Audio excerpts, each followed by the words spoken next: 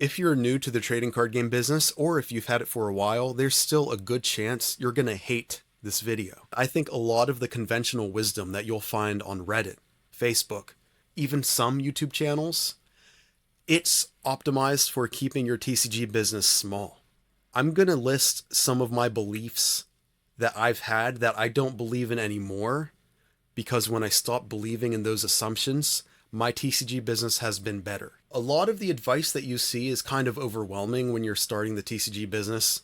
You got to buy every set, and you got to do bulk. And there's 10 steps to selling bulk, and you have to do it a certain way, and then you have to buy singles, and you have to buy at 70-80% market, and there's different ways to sell them, and then you have to buy sealed, and you have to sell sealed, of course, make sure there's no rips in the packages. Oh, don't forget, you need to be a content creator, and you have to do rip and chips also. You have to do whatnot, and also on YouTube.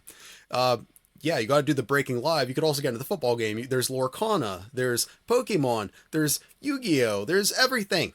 There's Cookie Run, there's Tank Wars.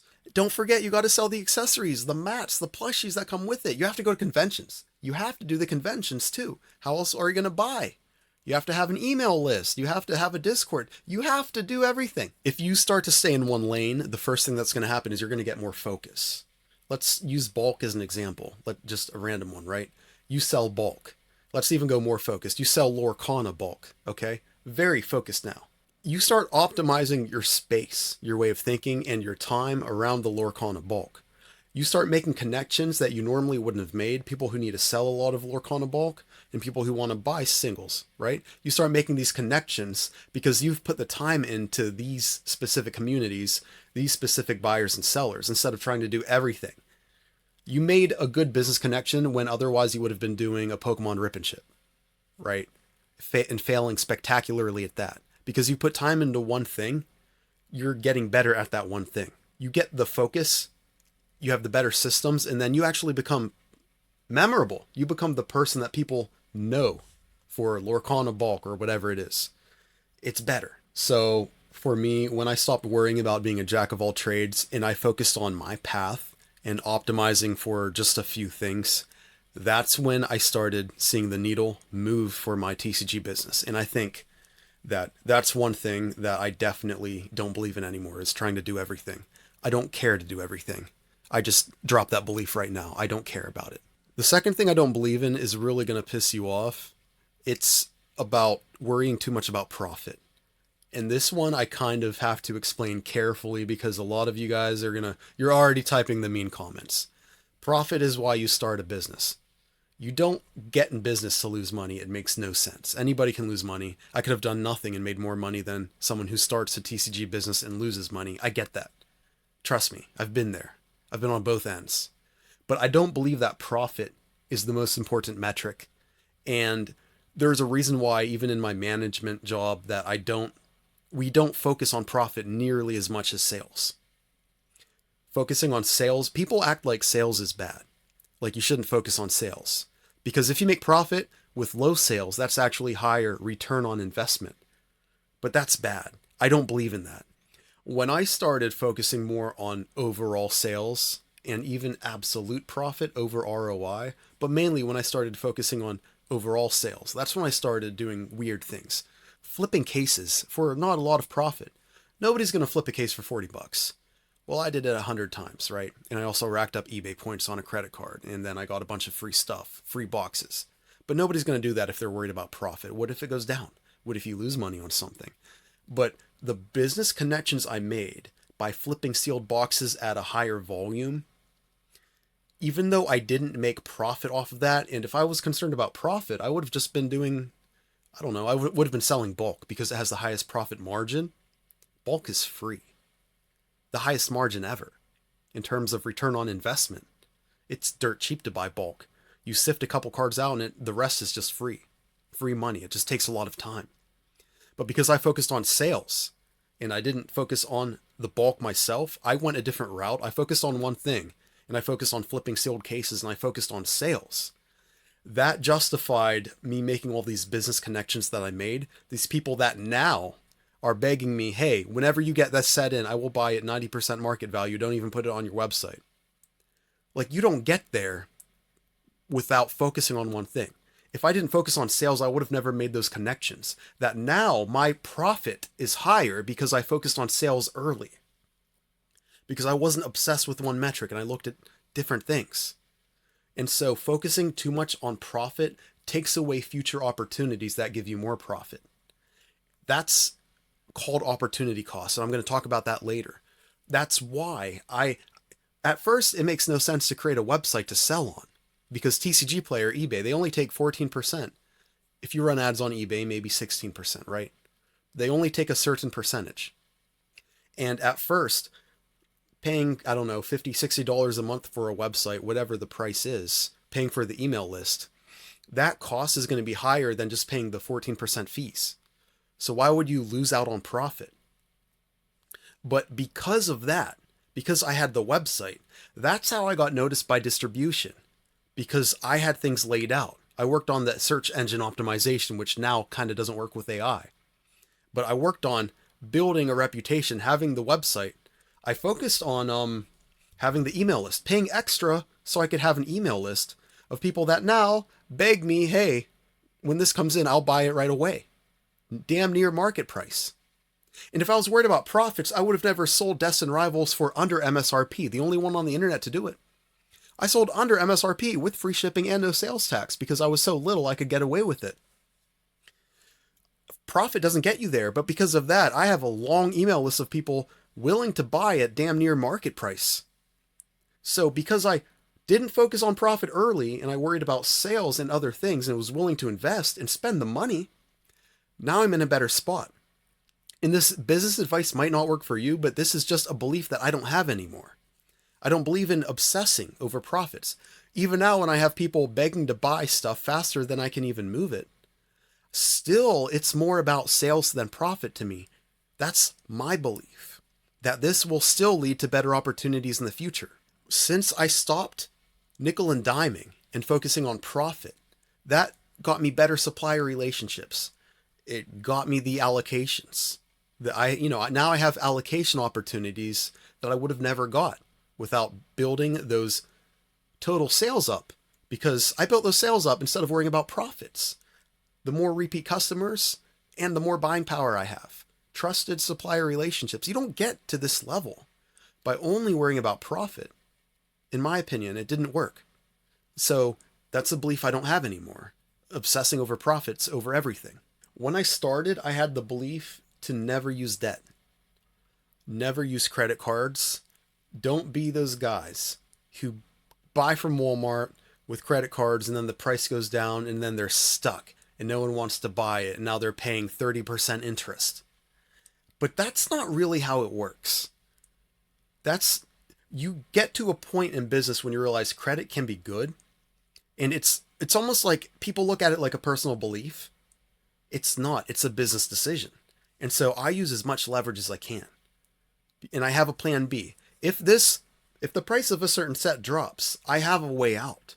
I know the liquidity. I know the likelihood of it going down, but even if something crashes, if the next set crashes to MSRP and I'm leveraged 10x, I can still find my way out of that and be completely fine. And that's okay. There are ways mathematically to get out of it. You don't need to worry about the interest. And so I don't worry too much about leverage. In fact, the people that use leverage, if I'm using 10x leverage, if I'm using credit cards that make my business account 10 times more than it should be, then basically I can move 10 times faster. I can punch past the constraint.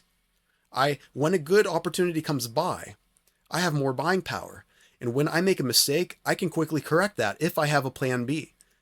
People who have failed at using debt and credit have been in a position where they haven't had plan B, or they've used personal debt. Personal debt is crippling. That's not the same as business debt. Personal debt will end you because you can't pay this off. You had to buy a car. You had to use debt. And now that the car broke, you still owe hundreds of dollars a month. That's terrible. Business debt is quick. You can get rid of it real quick. It's not the same thing if you play your cards right. And I'm a card player. It's a TCG business. And so of course I leverage debt. I want to get ahead of everybody as fast as I can. And I didn't start with a lot of money. I only got to where I am through hard work and some luck and taking risk.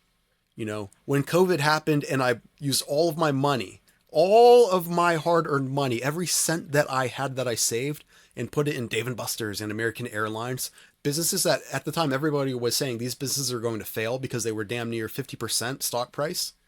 That made me more money than I've ever made, and that gave me the opportunity to even start my TCG business. I wouldn't be here. This channel would not exist if I didn't already take risks. So how dare I go on here and tell people never take risks and use leverage because it's risky? Half of the TCG people that you watch wouldn't be there without taking risk. Half of the buildings that you go into, you know, just to buy stuff, wouldn't exist without leverage. And so if you want to be like that, you have to just do it better. Don't be silly about it. And I'm not telling someone who doesn't understand the math or can't do it to do it. I'm just saying I don't believe personally in not using leverage. Personally, in business, I believe in using the leverage as much as I can. Now, to a point, it has to make sense. But that's a belief, you know, only use the money you have. I don't believe in that. It doesn't work for my business. I move faster and I wouldn't be where I am without taking the risks. I think that if you refuse to use credit cards, that's a risk in itself. That takes away some opportunity cost. You just don't grow as fast, and that stops you from making a move in the future. Everything that I do is for having more options in the future for my business. And using credit personally gets me there. And so I utilize all 9 of my credit cards, and I'm constantly trying to increase my limits. And I juggle them, and it's a game. This one took me a long time to understand. And actually, I didn't understand this concept until I was in business school. If something's a good buy, it still might be a bad decision. If you can buy something right now and you know you can sell it for more, that still might not be the move to make. And flippers and people with the short-term mentality, they might not understand that. But I learned this lesson the hard way. If it's profitable, you don't need to buy it. In hype cycles, everything's profitable. There's opportunities everywhere. But every dollar you spend on one thing is a dollar you can't spend on something else. And so what you should be doing is maximizing what you get out of each dollar. I can make a lot of money buying Lorcana right now. But if I put all of my money in that, then I would miss the next Magic the Gathering set, which might make more money. So there's an opportunity cost with every dollar, where just because one thing makes money doesn't mean it's the best place of where to put your dollars, because putting your money in something else might yield better results. And there is a risk of putting all of your eggs in one basket. When I started limiting the amount of purchases I made, I started making better purchases. It gave me higher returns. And so just because there's a quick little opportunity, that doesn't mean your money has to go there, because the money might be better somewhere else. And if you have a long-term way of thinking, if you kind of are up on the news, you have an idea where that money might go. If I spent thousands of dollars on bulk, that would make me a lot of money. I think I would be good at selling it. Or I could just buy a few cases and flip it. What's the opportunity cost of that bulk? Well, now I have thousands of dollars sitting there that will eventually become profitable, right? It was a good deal on that bulk. I couldn't have passed it up. But now I don't get to flip these cases. Now I have less allocations with distribution. Now my buyers stop coming to me. Now there's other problems. Because I took a good deal, there's other problems on the other hand. And so opportunities cost money. Opportunities cost time, and opportunities cost other opportunities. So just because something seems like a good idea doesn't mean I need to snatch it right away. Another thing that I stopped believing in was trying to be perfect. I mean, there's hundreds of videos on how to do conventions, or do PSA, or rip and ships, or bulk, or whatever. Hundreds. There's even tutorials on how to get distribution, which really don't work that well. But like, even I have one and it doesn't work. There's frameworks. But when you make mistakes, those are unavoidable. And if you spend all of your time learning as much as you can to avoid mistakes, to a point that makes sense. But also, sometimes it's faster to make a mistake. Oh, I didn't know this mistake was going to exist. Learn from that. This is a mistake that happened. Now I'll never make it again. Now you don't have to worry about it, instead of hypothesizing Is that hypothesizing over what could go wrong? You know what did go wrong. And now that mistake's gone. Now you've moved from level 1 to level 2. Time to make the next mistake. I'm like level 39 right now. Like I'm not fully evolved yet. And I know to get to level 40, I need to make another mistake. There's going to be mistakes. I don't run from them. I don't even pretend I'm perfect. I try to find the mistake because I focus all of my effort on breaking through the next mistake. That's what's holding me back. Then that's where my effort's going to go. But if I'm trying to avoid making mistakes, then I end up not taking a lot of opportunities. And if I did that, I wouldn't be where I'm at now. And so I don't believe in avoiding mistakes. If it costs time, if it costs patience, if it costs relationships, opportunities. So if something might be a mistake, but it might be worth it, you can analyze like, is this worth the risk? And if it might be, then do it. If you do something wrong, or if you don't fully know how to do it, you can dive in. Don't put all of your money into it, but you can dive in. This is going back 5 years. Buying the set battle styles was a mistake. The cost of that, the price of battle styles went down to lower than I paid for it. I'm at a point now because of what I've done where even if something goes down to MSRP, I'm still happy. I'm still making money off of it. I'm good. I'm good at MSRP, and a lot of people are not there yet. But it's because I've punched through all of these mistakes that I've gotten opportunities and gotten to where I'm at. Mistakes are the tuition you pay. You have to make mistakes. Like, it's going to happen. There's not one great business that hasn't made mistakes. If you want a business that never makes mistakes, I think, will be small forever. Your business will stay small. Mistakes are how you get really good. I stopped waiting until I was ready. My God. Like, if I waited until I was ready, I wouldn't even have the LLC yet. I wouldn't have bought anything. I wouldn't have had any of this. I wouldn't have started streaming if I waited until I'm ready. I still don't consider myself ready to stream, to make YouTube videos. But here I am. I'm just rambling. And for some reason, people are listening to me. Every successful store owner you know, the LGSs that you admire, ask them about business mistakes. Oh, they'll talk to you for an hour. It's like entry to this business. They'll laugh about how much they paid in rent the first time, or like not kicking a toxic player out. They'll rant about the mistakes they've made. I started making decisions that kind of prevent the same mistakes from happening again. And that puts me in a better spot above the people who just avoid mistakes. Don't do that. It might not work. Okay, stay small. But it's not going to work for me. I don't believe in that anymore. Now, this is something that is going to really piss you off. I don't think anyone on the internet's going to agree with this at all. I don't think money cares which pocket it's in. People preach, separate your business funds from your personal funds. And conventionally it works. You don't mix things. It makes paying taxes easier. You know, you start to see, this is how much money I have in the business account. And it's good because you see if your business is making money or losing money really quickly. If you have everything separated and you don't mix it. I get that. Conventionally, it makes sense. But I stopped believing in this. And I don't expect you to do what I'm doing, again.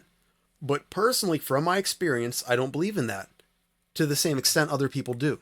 The way I run my TCG business is I worked really hard to get where I'm at. I'm already using leverage. And now there's a massive opportunity. Like, Final Fantasy comes out, and I could buy more if I used my personal money. I could buy more Final Fantasy at below MSRP. Now think, am I not going to put every single cent I have, including my personal money, into Final Fantasy that 3x'd what I have? Like, I wouldn't be here if I wasn't able to buy Final Fantasy for the price I got in at, which was below MSRP, and then sold at market.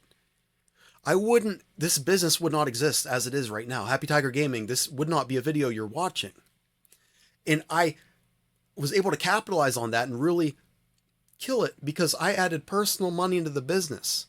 I'm like, okay, and now my bank account, let's empty this. Let's empty everything we can into the set. Again, if you're worried about making mistakes, maybe you wouldn't have done that. If you're worried about all of these things, you wouldn't have done that. But I mixed personal funds.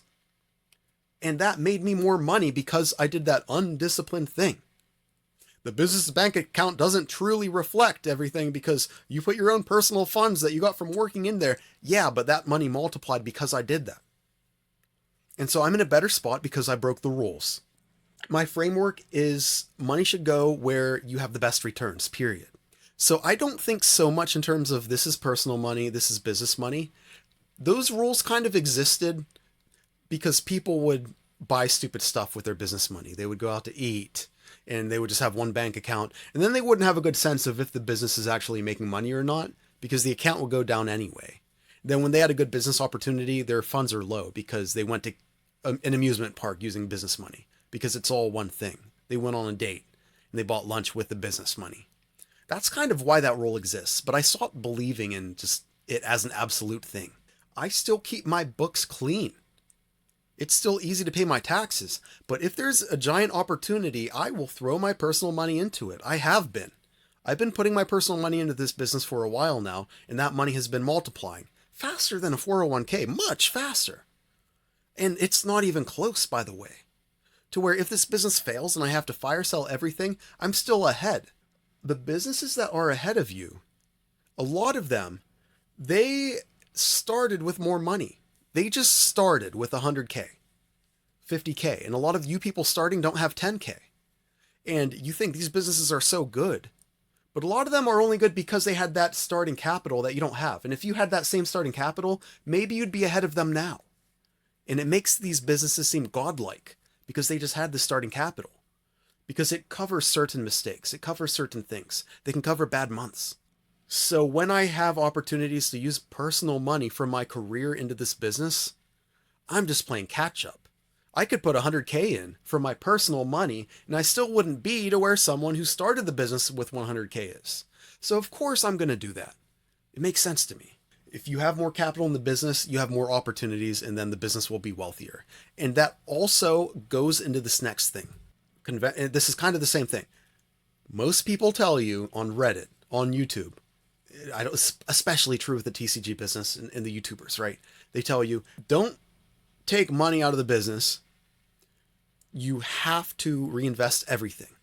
Just like how I move money into the business because that multiplies it faster than any other opportunity. Sometimes pulling money out of the business reduces risk more than any other opportunity. Like if something comes up and I have a hospital bill, I'm not going to go into debt when I have money in the TCG business that can pay for that. Like, because the debt will rack up faster than my gains, and that doesn't financially make sense. It would make my business lose more money in the long run. If my car breaks and I have to get a new car, I can pull money out of the business account because the opportunity cost of not having a car will cost me more in the long run. Like, I'm going to go to the post office less without a car. I'm going to have to pay for Uber more. I'm going to have to lease. Like, I'm going to pay so much money that it's going to stall my TCG business by not pulling money out. And if you are so scared that you can't pull money out because reinvest everything, you're just not putting money where it has the best return. And that also means, congrats. I think if I did that, I would stay small forever because you'll never have an employee if you can't just throw money out of the business because it costs money to pay someone. And that person might suck. And so if you ever want to have an employee, you will be small forever if you don't eventually have employees. Now, maybe you want to just be an online seller, a flipper. Yeah, like you'd be happy with, I don't know, $10,000 profit a year, whatever the number is for you. And maybe you don't need employees for that. But for where I'm going, I stopped believing in that. Like for me and the path I'm taking, my business eventually has to support people. And I want my employees to be paid well. And if I can't ever get to a point where I can start pulling money out monthly, how the hell am I going to pay those employees? Like, what number does my business have to be at in terms of profit until I can take money out of the profit to pay an employee? What's that number and how do I get there? If I don't get to a point where I can buy someone who can sort the bulk for me or, I don't know, do whatever, run the store when I'm not there, if I don't get to that point, then I haven't built a trading card game business. I haven't built a Pokemon business. I've built a shitty job that takes all of my time away. That's all I've built, unless I get to that point. And I can't pay someone unless I know my business can survive with me cycling money out also. Now, it's important that I don't use this as just an excuse to start taking money out and buying dumb stuff. If my TCG business can't eventually replace a lot of my own labor, what I do, if I can't replace that, trade money for time, then what's the point? that means that my business isn't ready to scale. And if I can't scale this TCG business, then I don't get where I want to be with it. And again, you might want your business to be somewhere else. I don't. I need to remove myself as the bottleneck. And that starts with getting to the point where you can pull money out to hire other people. Now, the assumption I had was that a lot of these stores got lucky, and it's because I saw the mistakes they made, and they just happen to have the starting capital, or they happen to start in a boom. And that might be true. A lot of them might have gotten lucky, but I stopped believing in that so much because I believe you end up building your own edge. When I stopped looking for shortcuts and worrying about luck, I started building my own edge the hard way. How am I going to be better than people assuming I don't get lucky? Because I don't think it's just going to happen anymore. I just stopped believing in that. And my edge was built through hundreds of small decisions I made every day. It wasn't one big thing. The decision to start this YouTube channel, there was no luck involved. It sucked. It really sucked. And I still started the YouTube channel because it was just one decision I made. The decision to email customers when I thought they would laugh at me, that wasn't luck. I decided to throw my name out there. The decision to reach out to distributors, that wasn't luck. I made that happen. Earning the trust through selling under MSRP, that wasn't luck. I made that decision. All of these small decisions stacked into some kind of reputation that some people believe in. It didn't happen overnight. And so when I saw that all of these small decisions kind of added up into something that seemed like luck, now people can say I got lucky. He got lucky. He has distro and he's an online seller. It's such a short-sighted way of thinking that doesn't help other people at all. Like, that doesn't help you because you didn't see the path it took to get here. And there's hundreds of paths that still make money without that, like I said earlier. So instead of worrying about luck, I thought of how can I get small advantages? And then I thought I can stack advantages, just like how opportunities multiply as they are seized. Advantages stack. They multiply as they're taken. So I need as many advantages as I can because I didn't start with $100,000. I didn't start with that. I didn't start with money. So I had to get every little advantage I could. And I had to stay in one lane and get those advantages and fight and claw my way to them. And so competitors got to a point where competitors couldn't easily emulate what I was doing. And it just seemed like, oh, he's lucky he's able to make money in this lane. Well, that's because of all the small decisions I made that were different than yours. So the luck thing, it's something I don't believe in anymore because it doesn't matter. Everyone's lucky. That's the whole sentence. If another store seems luckier than me, I don't care. Of course, yeah, cool. Someone might have started with $300,000. I could say, oh, he's just lucky he started with working capital. That doesn't help me. Everybody's lucky, including me. It doesn't move the needle. And so I need to worry about what are his advantages. How can I emulate that? What can I learn from that? And how can I get better? That's what I worry about. So that's a belief, that luck thing that I don't really have anymore. It's either nobody has luck or everybody has luck, but there's not a middle ground that's worth worrying about. And the last thing, and this thing probably took me the longest out of all of these, this belief that I dropped, I had to learn to stop fixing things that aren't holding me back. Like, do you know how much time right now I can spend on the website? The search engine optimization. I can create blog posts or have, somebody else write blog posts for me to get people coming to the website more. But the truth is, I have more people coming to the website than I have stuff to sell. Even with a less than 1% purchase rate, I have way too many people, even from other countries that I don't sell to, coming to the website. And so why would I spend time fixing typos? Like, I know the typo's there and it's not worth my time to fix it. Like, there are things that people will so easily see. Like, why is this here? He doesn't care because he's not fixing this one thing. Because that doesn't at all help. It doesn't at all change one thing about my business. It doesn't change one buyer. And so I don't care. I'm not going to fix things that don't hold me back. The assumption is that you should improve everything. And I just don't believe that. If this was a video game, sure. But this is real life and you only have so much time. And so I can't fix everything in my business. There will be things that suck. I'm not going to fix things. There's 10 things right now I can think of off the top of my head, just like typos on the website. There's like 10 things that I could fix right now. And guess what? Like the Facebook cover photo, right? It sucks. The Facebook cover photo sucks. It's the wrong dimensions. it's not holding my business back. I'm not going to fix everything. People think when they start, they need to have everything perfect. That's not the theory in the TCG business that I believe in. I believe in the theory of constraints. You only have so much time. And so I'm going to put that time into the thing that actually holds me back. If I keep doing that, then somehow people are going to keep seeing these things that are wrong, yet somehow my business keeps growing. And you can laugh at all the things that are wrong while my business is better, while it's getting more sales every month, while the profit's increasing, while I'm becoming better known on the websites and on YouTube. That's happening because I'm not putting my time into fixing something stupid, because I only have so much time. I only fix what's slowing my business down.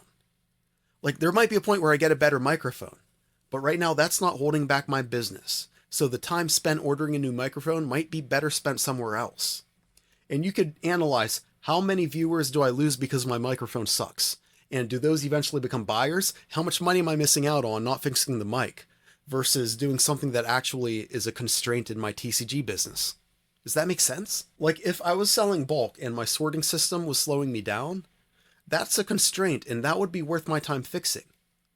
Because that's one of the main things in bulk, is what sorting system do you use?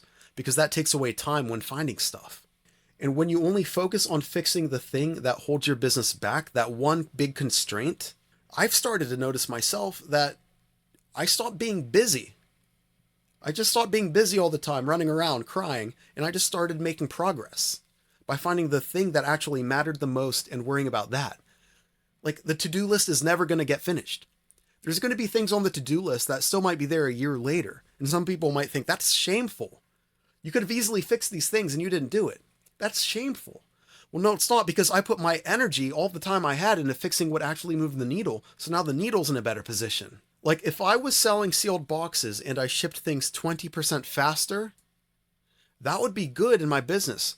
But I'm not going to fix the thing that could make me ship 20% faster, because that's not what's holding me back. I could put energy into the problem of not getting enough inventory, not getting enough cards sent to the house fast enough, because there's certain emails I can send to fix that. And if I fix that, then I would have more progress in the business. So if I could only pick one thing, 6, 7, if I could only pick one thing, I would fix that, getting more inventory to the business, to the house. It's like, why don't you just fix both? Because there's only 24 hours in a day. Do you want me to do both at the same time? It's like, there's a list of 100 things. It's not all going to get done. And once I stopped believing in that, my TCG business started growing real quick. So the way I run my trading card game business is I find that one bottleneck, the thing that sucks the most, the thing that's holding me back the most. I spend my effort fixing that, repeat. Like, that's it. I don't overcomplicate it. That's what I do. I think I listed 8 or 9 assumptions, beliefs that I don't have anymore from when I started my TCG business until now. And the thing is, maybe I'm wrong. That's why I'm not telling you to copy me. I could be wrong, and maybe every decision I've made has been wrong, but I would rather spend time proving that my ideas work than spending my time proving that somebody else's ideas don't work. And I know that eventually the market, it doesn't care about how many subscribers I have or how well-spoken or not well-spoken I am. It only cares about if my decisions were right or wrong. And you're going to go and you're going to watch the next Pokemon or TCG business video, and it's going to be completely different. And he might say something that is opposite of what I'm telling you. And he might be right, because everybody has a right to their own opinions. Everybody has a strategy that works for them. And I'm not even saying what I'm doing is going to be right for somebody else. The scoreboard is going to be what it is. But I know how the market is, at least in the Pokemon business right now. And I know anybody can look really smart for 6 months. Anybody can. In this booming market, anybody looks smart. But how many people have you already seen starting to drop off and burn out? Just because we had 2 or 3 bad Pokemon sets? It's funny that they consider them bad while they're still above MSRP. Like, I've survived worse. How many businesses that pretended they knew everything have already died just because it hasn't gone to $300 a box? Like, that's incredible. It is so damn easy in the TCG business to beat 99% of people. It is so easy. And then every market cycle, the bull market happens, and then everybody's a damn expert. People are moving to Lorcana now. everybody's an expert. If Yu-Gi-Oh pops off, guess where everybody would run to being an expert there? One Piece, everybody's an expert right now because it's a bull market. While you go to the next video, I'm going to run my business the way that I believe in, and I'm making bets on the future. I'm willing to bet that 1 year from now, 2 years from now, you see how many of those YouTubers handled the bear market, or they move on to the next Labubu, right? All these people that were here long term until it's long term. The people that said Pokemon will only have, this is it forever, they don't know that the new printing facility is going to be up and running. They think the 30th anniversary is going to make them rich. They don't know they're not either not going to be able to get product, or there's going to be enough product that it maybe meets demand and the price isn't going to be that high. All of these people swearing that they have the answers. I'm not even doing that. I'm just saying what works for me and what I believe in. We're going to see how many of them are here in a year. Discord in the comments. Subscribe, please. Okay, have a good day, everybody.